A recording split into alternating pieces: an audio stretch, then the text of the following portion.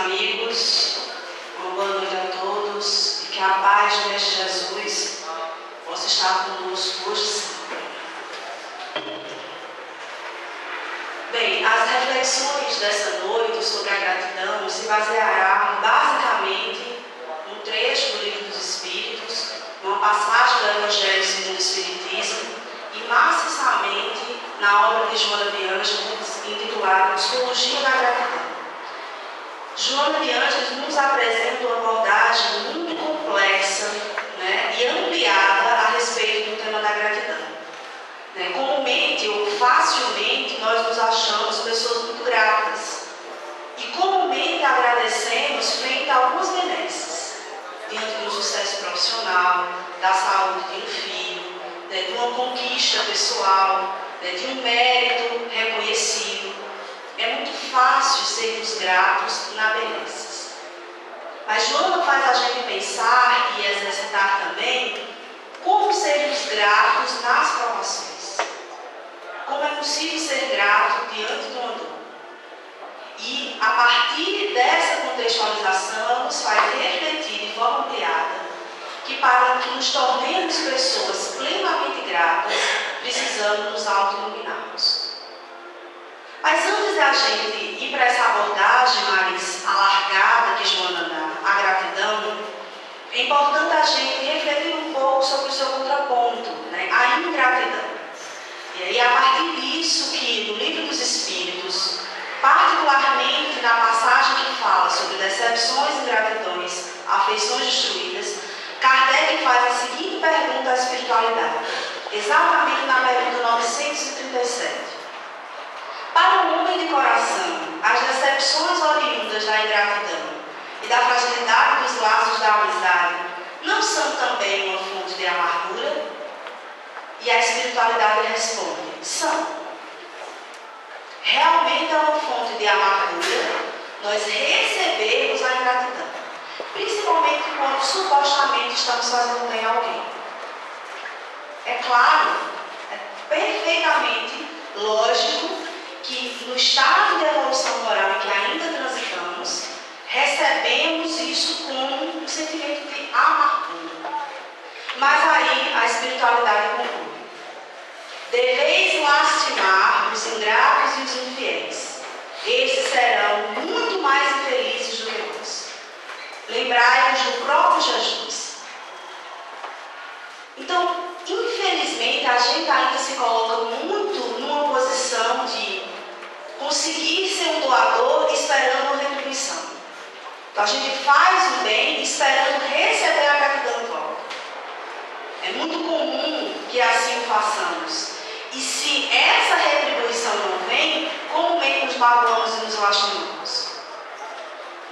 Quando a espiritualidade coloca, observai-vos que eles são muito mais infelizes.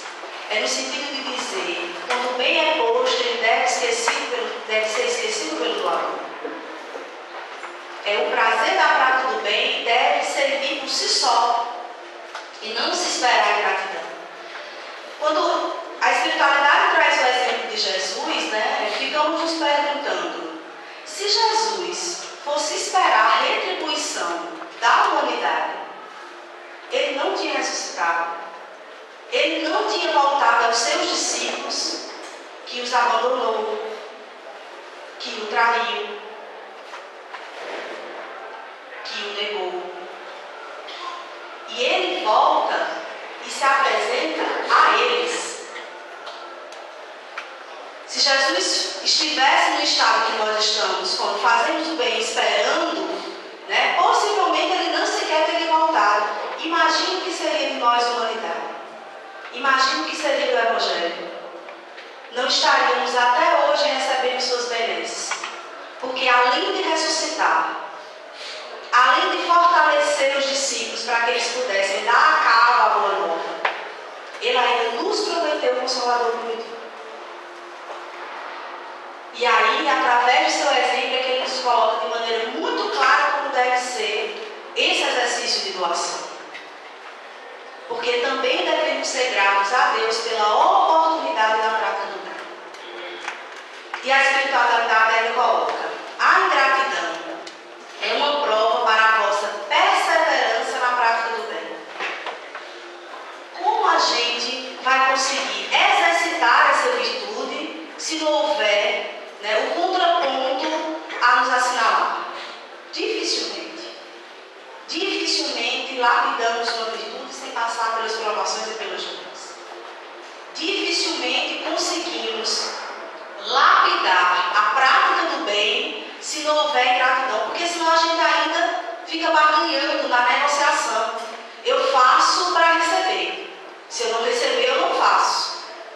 Ou então, eu preciso ter a garantia da retribuição para poder fazer.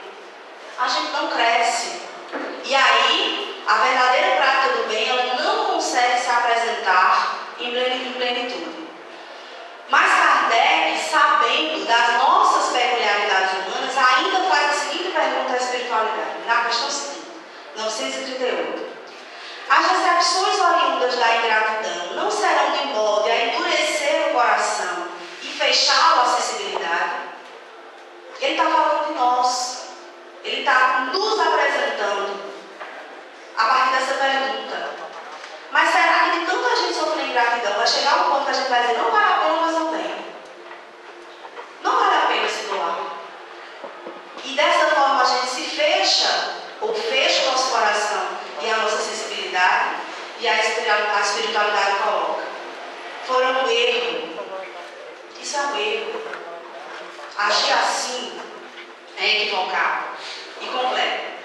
Porquanto o homem de coração, como dizes, se sente sempre feliz pelo bem que faz, sabe que, se esse bem for esquecido nesta vida, será lembrado em outra, e que o ingrato se envergonhará e terá remorsos da sua ingratidão.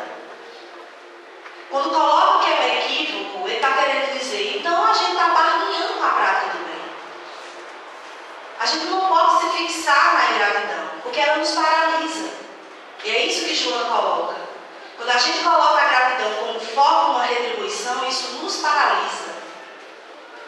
E a partir dessa colocação da espiritualidade, lembramos rapidamente uma passagem que é muito conhecida na doutrina espírita, quando Emmanuel coloca, né? O bem que fazemos é o nosso advogado em toda parte. Talvez a prática que a gente direcione ao sujeito, ela vai ser revertida de outra forma. Talvez por um anônimo, talvez pela espiritualidade, talvez pelas circunstâncias da vida. O bem que se investe é uma carteira de poupança segura e com rendimentos altos, altíssimos. Mas infelizmente a gente ainda está nessa posição muito binária de eu preciso dar para receber de quem eu dei, esperando a gratidão efetivamente daquele que foi beneficiado pelo nosso ato. E nisso, infelizmente, a gente não cresce. Joana coloca que a alegria de ser-se grato proporciona entender-se a pequenez do ofensor, a fragilidade daquele que se faz aniversário. A alegria de ser-se grato. E nessa posição, ela apresenta a gratidão de uma forma muito mais ampla. É o que faz o bem pelo próprio bem. E isso é o suficiente para fazer o feliz. E a partir dessas circunstâncias é que o sujeito consegue compreender as limitações do seu irmão. É muito complicado, infelizmente a gente cobra mais dos outros do que de si. Joana, nos seus ensinamentos, era muito enfática com relação a isso. Nós precisamos ser ditadores de nós mesmos. De nós mesmos. E precisamos ser compreensivos com relação ao nosso irmão. Geralmente a gente faz o inverso. A gente dita muito, julga muito o nosso irmão e se justifica muito. E é a partir desse olhar que ela diz, o sentir-se grato faz com que a gente possa compreender a pequenez do ofensor, no sentido de que a gente precisa compreender e tolerar as limitações do nosso próximo. Se é difícil, imaginemos nós, se é difícil para a gente trabalhar uma imperfeição nossa, por que não é difícil para o outro? Se é difícil para a gente lapidar as nossas virtudes, por que não é difícil para o outro também? E aí a nossa responsabilidade, porque quem tiver um palmo a mais de compreensão cristã, tem a responsabilidade maior. Aquele que se coloca na condição de verdadeiramente cristão, se coloca numa posição de responsabilidade maior para com o ofensor, de ter mais tolerância, de ter mais compreensão. E é dessa forma, é só quando a gente se inscreve no outro em paz gente consegue compreender que nem sempre é possível ao outro ainda ser grato. Porque nós ainda temos o orgulho de forma muito arraigada em nossa alma. E muitas vezes o bem que a gente recebe para uma alma orgulhosa pode ser colocado como um ato de humilhação. Não esqueçamos isso. É por isso que no Evangelho segundo o Espiritismo, quando coloca a questão da caridade material e a caridade moral, é essa arte de dar sem que o outro perceba que está recebendo, para ele não se sentir humilhado. Então geralmente a gente não doa para uma alma nobre, não, doa para uma alma que ainda está no processo de crescimento espiritual como nós. E por causa disso precisamos dilatar a nossa compreensão. Então, este ofensor comumente é o que vem lapidar a nossa tolerância, lapidar o que efetivamente deve ser pleno num ser grato. Conseguir chegar ao ponto de fazer o bem pelo próprio bem. Nós, infelizmente, ou poucos de nós ainda transitamos, nesse estágio de conseguirmos fazer o bem sem apostar no retorno frente a isso. Mas aí a própria espiritualidade que também nos consola. Gente, quem investe no bem, retorno terá sempre. Talvez não seja daquela pessoa, daquela, que às vezes na nossa mesquinhez a gente espera que seja ela a nos ser grata. Mas talvez veja de outras formas, por outras mãos, por acolhimento de outras pessoas, pelo socorro que nos chega de pessoas que nem sequer a gente conhece. E aí, quando a gente consegue ampliar essa percepção, a gente consegue ser grato à vida, ser grato a Deus, porque a gente sabe que a prática e o bem que se é investido, ele se dilata. E aí a gente não está mais pensando em A, em B, em C. A gente está pensando na própria caridade. Joana ainda coloca no seu livro Oferenda, num capítulo específico chamado Render Graças, ela apresenta várias possibilidades de gratidão que nós devemos exercitar. Gratidão a Deus, gratidão a Jesus, gratidão à nossa família, gratidão às pessoas que intelectualmente investem no progresso da humanidade, gratidão aos amigos que tanto nos acolhem nos momentos de provação. E particularmente, ela traz um trecho muito interessante. Precisamos render graças aos nossos adversários.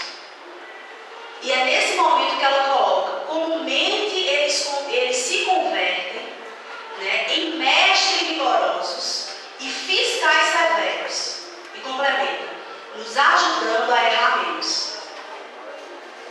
Render graças aos nossos adversários, porque comumente eles se convertem em mestres rigorosos e fiscais severos, nos ajudando a errar menos.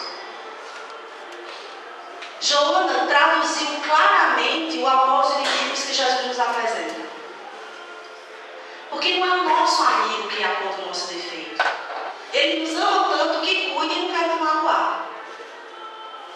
Não é quem tem afinidade conosco que aponta as nossas limitações. É justamente os que nos apresentam na condição de adversários que apontam as nossas limitações. E é nessa fiscalização rigorosa que ele nos apresenta que nos ajuda a errar melhor. Ressalve, quem quer crescer. Porque quem não quer crescer, canaliza essa oportunidade de aprendizado para ira, revolta, mágoa, animosidade. Mas quem aproveita essa oportunidade para crescimento moral, leva isso como aprendizado. E Joana foi muito sábio nesse sentido. E isso foi o que Jesus nos ensinou. Jesus não pediu para que nós amássemos os nossos inimigos, assim como nós amamos os nossos amigos. Kardec, no Evangelho segundo o Espiritismo, vai colocar de forma muito clara essa problematização. Vai de contra uma lei de afinidade, a gente é vibracional. É impossível a gente ter a mesma alegria, a mesma energia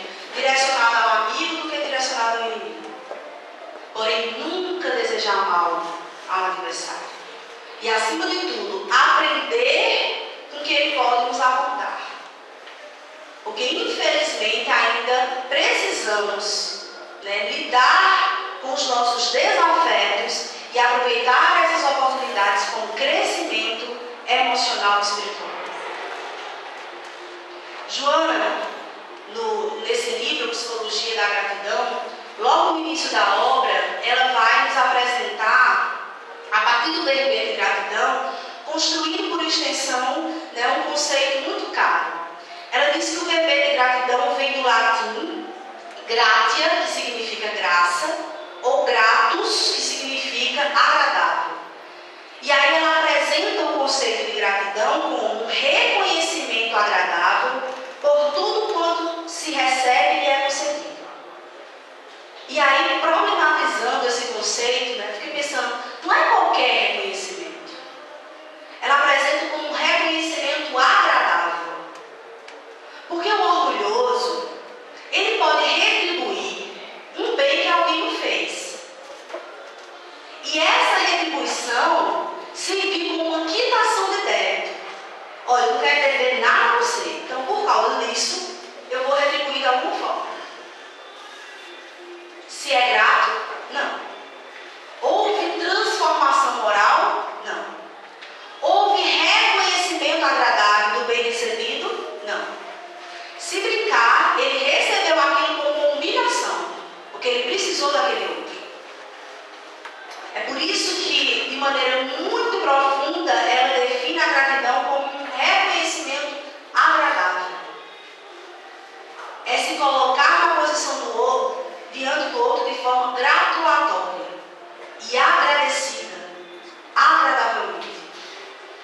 Ela ainda complementa que aquele que sempre espera receber, que anela uma resposta gratulatória, que esse movimento de realizar atos nobres, mas conta com o alheio reconhecimento, imaturo negocia.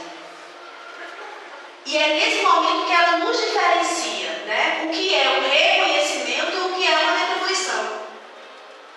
Porque aquele que faz para ser retribuído está barganhando, não exercita a gratidão. E em contrapartida, aquele que quer retribuir para quitar uma dívida, não exercita a gratidão. Está na superficialidade. Não consegue aprofundar a gratidão como um sentimento novo. E complementa. A gratulação não vai além da presunção de devolver, de nada ficar se devendo a outrem, de passar incólume pelos caminhos existenciais sem carregar débitos. Infantilidade espiritual. Pura infantilidade. Então eu preciso, e se brincar, ele até negocia. Às vezes isso é muito comum, quando a gente vai fazer um pequeno gesto, inclusive com uma pessoa que a gente nem sequer conhece, esqueceu, achou algum objeto, um celular, a carteira de alguém, e a gente vai devolver. A primeira coisa que às vezes algumas pessoas perguntam é se a gente quer recompensa. Porque muitos de nós ainda estão nesse nível de negociação, com o bem que se faz. Não, porque você me devolveu minha carteira com meus documentos, então, eu pago essa dívida, entre aspas, financeiramente, então estou quitado. Quão mais grandioso não seria se a nossa negociação fosse uma negociação de moralidade, um agradecimento no sentido muito mais profundo. Joana coloca, o despertamento para a gratidão inicia-se por uma forma de louvor a tudo e a todos. Recentemente assisti uma palestra sobre esse tema da gratidão com Nazareno Feitosa. Aí ele cita Divaldo, quando Divaldo coloca que o amanhecer do dia, que durante o amanhecer do dia, toda a natureza está em festa. Os pássaros cantam, as flores ficam muito mais viçosas. É como se houvesse um concerto harmonioso da natureza, agradecendo a espiritualidade, a divindade, por mais uma oportunidade de existência. O único ser que nasce reclamando somos nós. Mas a gente mal abre o olho, a gente já está reclamando porque acordou muito cedo.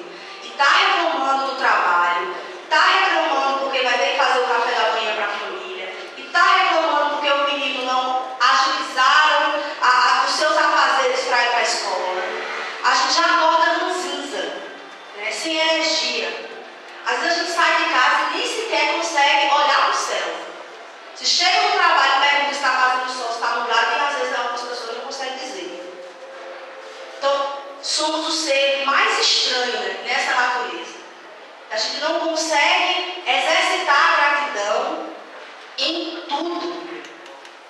Porque a gratidão não se coloca apenas numa relação ser humano-ser humano. A gratidão se coloca numa relação muito mais transcendente com o cosmos, com a divindade, com os outros seres vivos e também com os homens. E Joana apresenta, quanto custa o ar que nós respiramos? Mas a gente às vezes não consegue nem sequer parar para prestar atenção.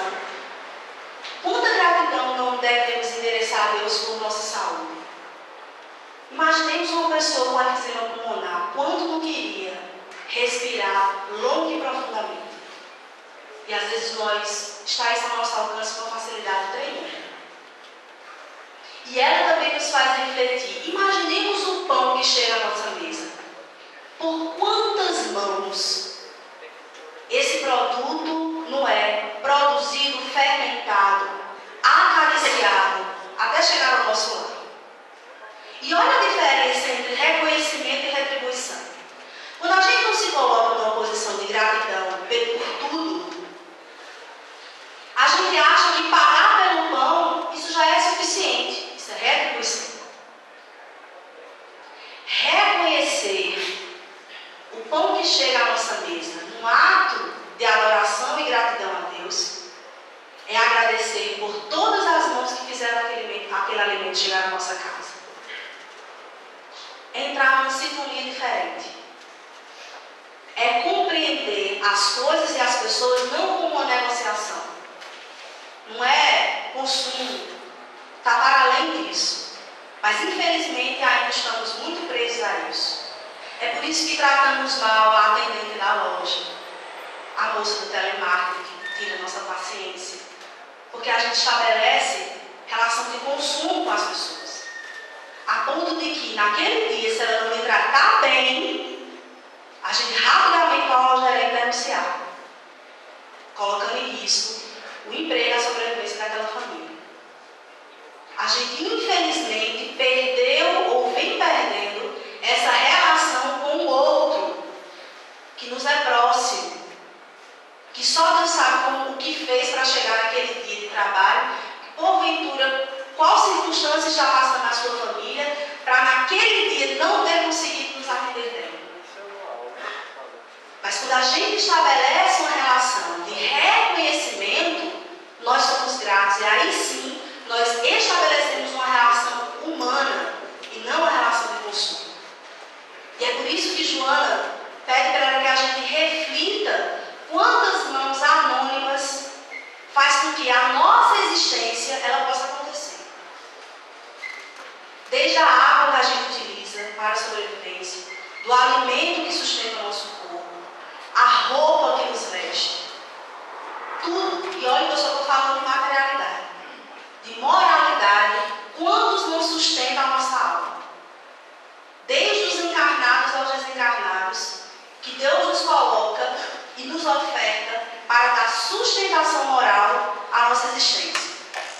E outra coisa que ela nos faz refletir: quantos não morreram para que hoje a gente pudesse ter um progresso na ciência, para que hoje a gente pudesse ter um conforto maior? Imagine quantos não precisaram morrer de tuberculose até se descobrir uma vacina. Quantos? Quantos animais não foram extintos para que hoje a gente pudesse tomar uma medicação e aliviar a nossa dor? Quando a gente se coloca numa posição de retribuição, a gente acha que está quitando-se com a vida, pagando apenas por aquilo. Mas quando a gente coloca numa posição de reconhecimento, a gente consegue enxergar cada um nessa cadeia. E aí fica claro como a gente é dependente do outro. E como a nossa vida ela só faz sentido nessa relação.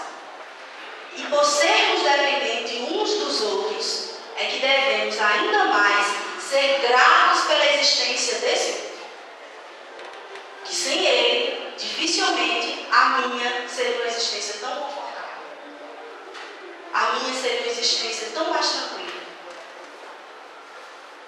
Joana coloca que os hábitos de receber ajuda e proteção desde o momento da fecundação, sem consciência do que lhe é oferecido, encarrega-se de construir o ego interessado exclusivamente em fluir sem maiores responsabilidades. Mas é interessante que Joana faz refletir da seguinte forma. Por uma questão de sobrevivência, nós precisamos ser egoístas.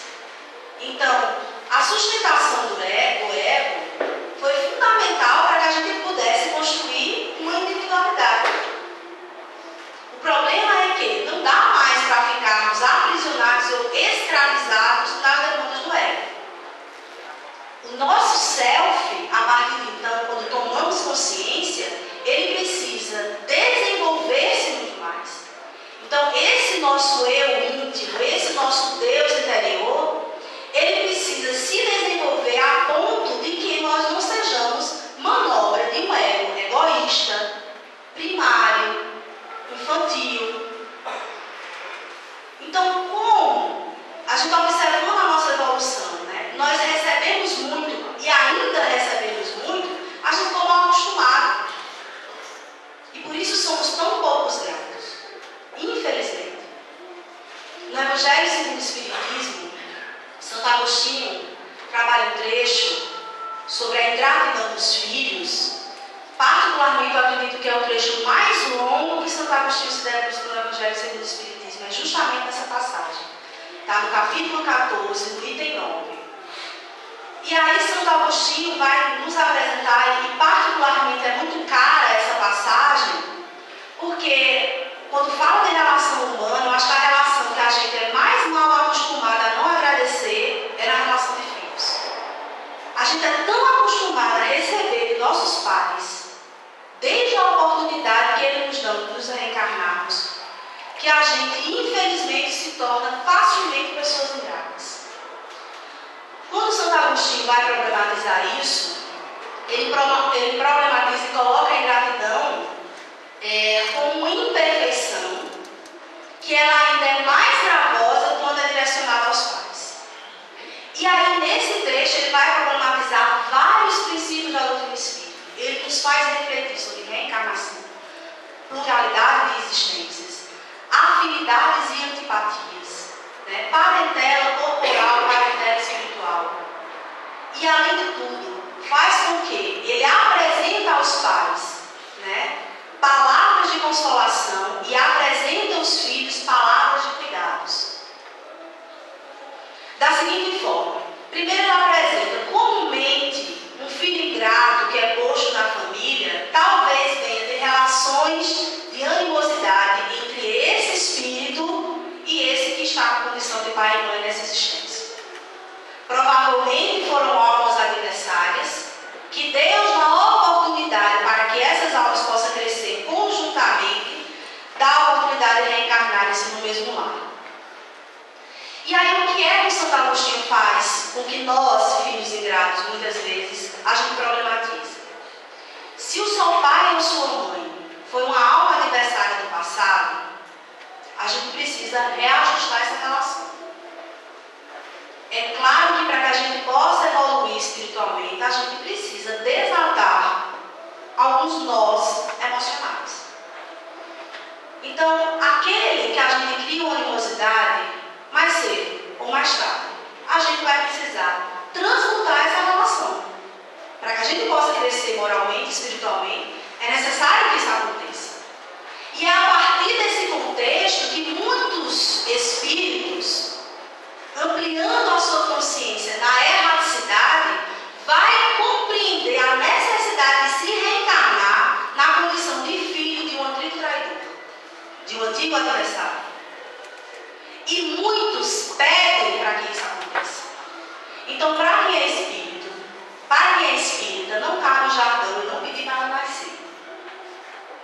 Para quem é espírita, a gente sabe em profundidade que, comumente, nós clamamos para nascer.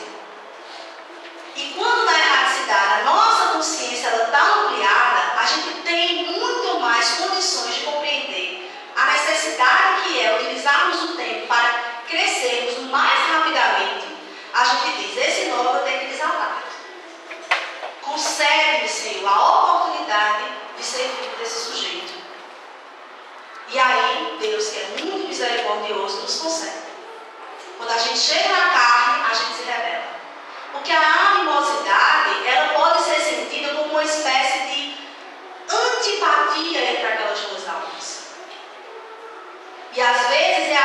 um pai extremamente acolhedor e amoroso. E não tem o que faça e esse filho não consegue entrar na sintonia de uma filiação amorosa. E aí qual o alerta que Santo Agostinho faz aos pais?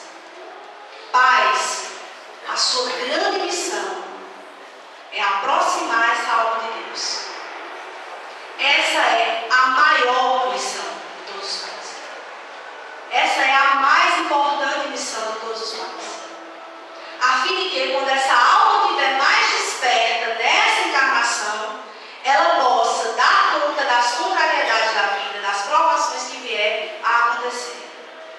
Então, pais, dizer, se tu fazes esse papel, tranquiliza-te, a recompensa virá. Mas cedo ou mais tarde ela chegará. Filhos, porém, que se coloquem na posição de ingratos, reflitam. Porque muitas vezes foste tu que pediste para estar nessa condição para crescer. E estás desprezando essa oportunidade de crescimento. E ele finaliza. Provavelmente esses filhos ingratos voltarão a clamar uma nova possibilidade de reajustamento. E aí a gente volta de novo para ter que desatar esse nó. Já que é para desatar o nó, façamos isso o mais rápido possível. Aproveitemos o tempo. Tornemos esse tempo o mais ágil possível para que a gente não desperdice encarnações tendo que desatar alguns nós. E é nessa reflexão sobre a gratidão que Santo Agostinho nos apresenta a necessidade de resignação de muitos pais e a necessidade de aprendizado de muitos filhos frente aos sentimentos de gratidão. Tem um trecho também dessa palestra de Nazareno Feitosa que me chamou muita atenção. Dentre os tipos de gratidão que ele apresenta, nós devemos ser muito gratos aos nossos chefes de trabalho. E muitos podem até achar esquisito. Porque comumente muitos reclamam do trabalho, muitos reclamam do salário que têm. Nós temos uma tendência muito grande a lamentar e a murmurar a nossa existência. E é isso que às vezes faz com que a gente crie lentes embaçadoras para compreender e sermos gratos à nossa existência. E aí nesse contexto ele diz, às vezes a gente não consegue ser disciplinado em casa, às vezes a gente não consegue ser disciplinado na escola, e às vezes só que não consegue nos resgatar o chefe do trabalho, que nos chama a disciplina, que nos chama ao reajuste, que nos chama a investir intelectual para poder crescer profissionalmente, intelectualmente. Então ele diz, também devemos ser gratos aos nossos chefes. Assistindo a esse trecho da palestra dele, eu lembrei de um caso de Chico Xavier narrado por Ramiro Gama no livro Lindos Casos de Chico Xavier, onde ele vai relatar um episódio da vida de Chico quando ele fica sabendo do desencarne de um ex-patrão seu. Nessa época ele já era funcionário público, e indo numa dessas manhãs trabalhar, foi surpreendido por um conhecido, Leopoldo, informando que o seu ex-patrão havia falecido. E ele descreve que Chico chorou. Porque Chico, apesar de ser uma alma muito avançada, ele era uma alma super sensível. Então não pense, nós espíritas, que quando a gente perde uma pessoa querida, a gente deve ser apático com as emoções. Nós precisamos e devemos compreender as nossas emoções frente a um contexto desse. E ele descreve que Chico chorou. E Chico perguntou de que hora seria o enterro. E aí o amigo apresentou que provavelmente a qualquer hora, porque ele tinha morrido numa miséria profunda, ia ser enterrado como indigente. E é nesse momento que Chico pede que ele vá à casa onde o seu ex-patrão havia falecido e comunique às pessoas que esperassem um pouco que ele ia providenciar o enterro do seu ex-patrão. E antes disso ele faz uma prece calorosa a Jesus, pedindo que o ajudasse e que desse a oportunidade de agradecer, em parte, todo o bem que aquele homem havia feito. Porque ele lhe deu a oportunidade de emprego quando mais sua família necessitava. Então, o que é que com esse exemplo o Chico nos ensina a respeito disso?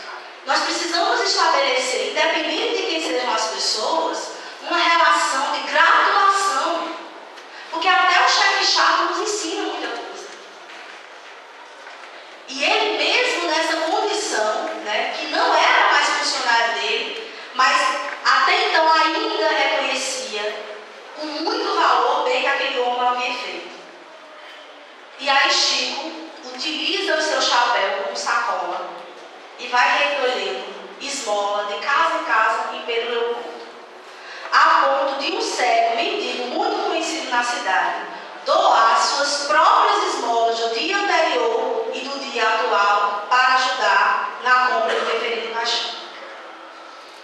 E ele compra o caixão e ele faz com que o enterro aconteça com tamanha dignidade, e ao voltar para casa no final da tarde, novamente agradece ao Senhor pela oportunidade de poder retribuir um parte de todo o bem que aquele homem havia feito.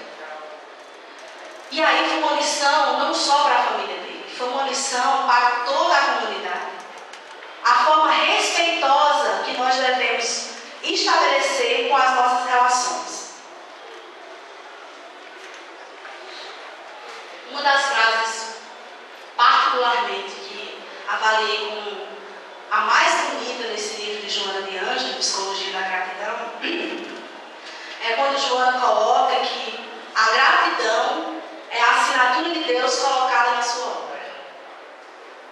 E é nesse momento que a gente compreende essa abrangência que Joana dá à gratidão, enquadrando, quando ela apresenta a psicologia da gratidão, ela apresenta que a gente só consegue se tornar plenamente seres gratos quando a gente consegue dilatar o nosso ser.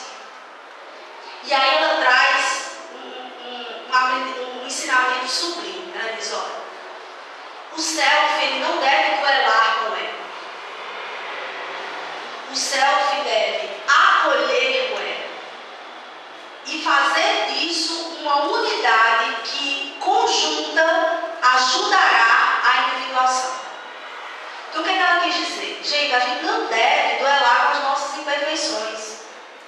A gente deve acolher as nossas imperfeições, porque serão elas que nos levarão para a autoiluminação. Ninguém tem muito mais do que aprender do que consigo próprio. São as nossas imperfeições morais que apontam o caminho que devemos trilhar para nos autoiluminarmos. E é nesse processo de autoiluminação que a gente vai compreendendo de forma muito mais profunda o que é ser verdadeiramente grato. Quando ela colocou, essa passagem, a gratidão é a assinatura de Deus colocada na sua obra, particularmente lembrei de uma fala de Haroldo Dutra, quando ele coloca que Deus é o eterno doador. Ele está nos doando e nos protegendo intensamente, eternamente. E aí ela ainda completa na frase dizendo o seguinte: por extensão, aquele que se faz agradecido torna-se veículo do sublime autógrafo, assinalando a vida e a natureza na presença dele. Aquele que se coloca efetivamente como ser agradecido servirá de veículo para a assinatura do Criador. E tudo que ele fizer, qualquer relação que ele estabelecer, em qualquer circunstância, ele ajudará para que a presença de Deus possa ser disseminada. Esse é o trabalho do homem verdadeiramente grato. Se colocar na condição de veículo desse sublime autógrafo. Se colocar na posição de co-criador nessa obra de engrandecimento moral e espiritual. E é a isso que Jesus nos convoca. Para sermos seus discípulos nessas circunstâncias. Que Ele possa contar com todos nós para engrandecer essa obra. Não para torná-la feia, violenta, maledicente, mas para que ela possa se tornar bela, serena, paciente. É a isso que há anos Ele vem nos convocando. E a gente, com a nossa teimosia, achando que só devemos ser gratos na benesse, atrasamos o nosso aprendizado. Ela apresenta a arte da gratidão como uma ciência da afetuosa emoção do existir. Aquele que se coloca na condição de grato é aquele que efetivamente emociona-se pela existência que tem. E agradece pela existência que tem. Independentemente de como ela se apresenta. Porque não só estamos aqui para vivenciarmos alegrias, prazeres, gozos. Estamos aqui para vivenciar provações, sofrimentos, que comumente aprendemos mais com ele do que nos momentos alegres. E ela ainda diz: a gratidão, portanto, como nos ensinava Paulo, deve ser sentida em toda e qualquer situação. E aí ela faz uma referência à carta de Paulo aos Filipenses, particularmente no capítulo 4, do versículo 12 a 13, quando Paulo diz o seguinte: sem estar abatido, sem também ter abundância. Em toda maneira e em todas as coisas estou instruído, tanto a ter fartura como a ter fome, tanto a ter abundância como a padecer necessidade, porque tudo posso naquele que me fortalece. Quando Paulo nos apresenta disso, precisamos ser gratos, independente das circunstâncias que nos chegam. Se seja na abundância, agradecemos. Se seja na necessidade, sejamos gratos. A partir dessa leitura de Paulo, numa das pesquisas para pensar o tema dessa noite, eu me deparei com um texto de um pastor da Igreja Presbiteriana do Brasil chamado Agnaldo Mariano, e que muito me chamou a atenção. Ele destaca uma passagem do Evangelho, também de uma carta de Paulo aos Romanos, no capítulo 8, versículo 22, acredito que Paulo é um dos que mais se apresentam nesse sentimento de louvação e gratidão a Deus. E ele trabalha justamente aquele trecho que Paulo coloca: em tudo dá graça, porque tudo concorre para o bem daquele que ama a Deus. E aí ele pega particularmente esse trecho: em tudo dá graça, para problematizar. E o tema do artigo dele é: em tudo dá graça, e não por tudo dá graça. E aí ele traz algumas reflexões muito interessantes, dizendo o seguinte: dar graça por tudo seria exigir algo que nenhum ser humano em sua consciência seria capaz de fazer.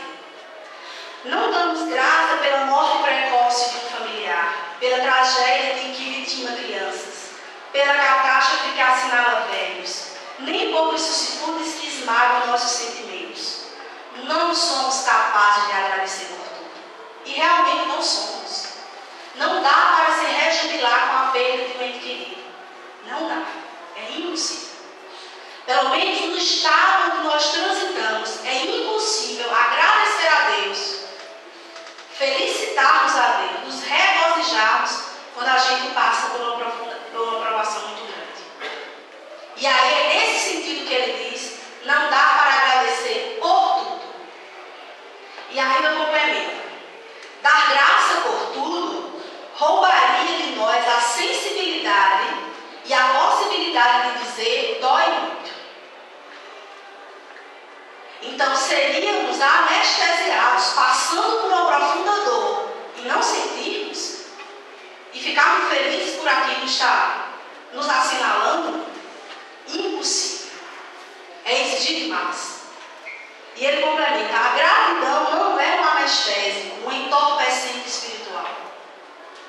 E é a partir desse contexto que ele vai dizer o seguinte: a diferença não está apenas nas preposições por tudo, por, em tudo, mas nas atitudes. E aí ele completa de forma muito lúcida e esclarecedora. Ele diz assim: dar graças em tudo é reconhecer, em meio a quaisquer circunstâncias, que há um propósito e haverá um recurso. Olha que perspectiva interessante. É reconhecer que há um propósito. Quando a provação chega, quando a dor chega, quando a perda nos assinala, há um propósito. É conhecer claramente que Deus traz isso para as nossas vidas como um propósito. E além disso, um propósito e um recurso. Porque Ele traz a aprovação, mas Ele também nos ampara. Ele também nos consola. Então, aquilo tem um propósito para quem vive, para quem vivencia a aprovação, para quem está próximo, para quem se relaciona, se tem um propósito. E também precisamos reconhecer que sempre haverá um recurso, que Deus nunca nos desamparará.